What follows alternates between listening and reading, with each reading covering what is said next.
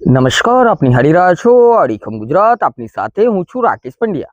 મહીસાગર જિલ્લાના ખાનપુર તાલુકાના અંતરિયાળ વિસ્તારોમાં લગ્નના નામે રાજ્યભરના યુવકો સાથે છેતરપિંડી આચરતી ગેંગનો પર્દાફાશ થયા બાદ આ ગુનામાં સંડોવાયેલ પતિ પત્નીની રેગ્યુલર જામીન અરજી લુણાવાડા સેશન્સ કોર્ટે આકરા વલણ સાથે નામંજૂર કરી છે.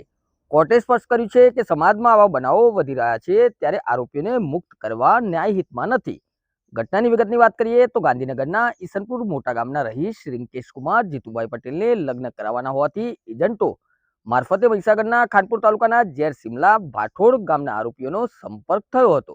આરોપીઓ યુવતી બતાવી ફરિયાદી પાસેથી સગાઈ અને લગ્નના ખરીદીના બહાને લાખો રૂપિયા પડાવ્યા હતા.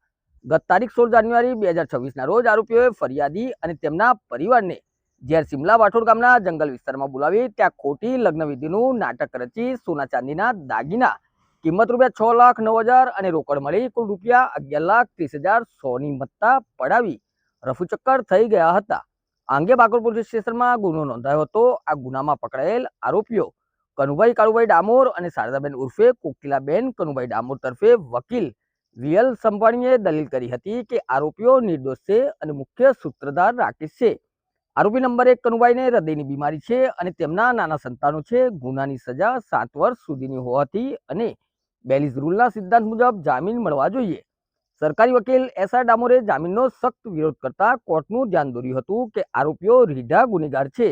આ પ્રકારની મોડસ ઓપરેન્ડરીથી લોકોને છેતરે છે. ફરિયાદીએ આપેલ સોનાનું મંગલસૂત્ર અને સોનાની ચેન આજ આરોપીઓ પાસેથી રિકવર કબજે કરવામાં આવી છે, જે તેમની સીધી સંડોવણી સાબિત કરે છે. આરોપીઓ વિરુદ્ધ આ ગુના ઉપરાંત અન્ય 7 જેટલી અરજીઓ તપાસમાં છે. બાયડ મુકામે પણ 4 ગુનાહિત અરજીઓ થયેલ છે. જો આવા આરોપીઓને જામીન મળે તો તપાસને અસર થાય અને સમાજમાં ખોટો સંદેશો જાય. બંને પક્ષોની દલીલો સાંભળ્યા બાદ લુણાવાડાના સેશન્સ જજ શ્રી એમ.એન. ગડકરી સાહેબે નોંધ્યું હતું કે આરોપીઓ વિરુદ્ધ પ્રથમ દર્શનીય કેસ બને છે અને તેમની પાસેથી મુદ્દામાલ પણ મળેલ છે. ગુનાની ગંભીરતા અને આરોપીઓનો ગુનાહિત ઇતિહાસ જોતા તપાસના આ તબક્કે જામીન આપી શકાય નહીં.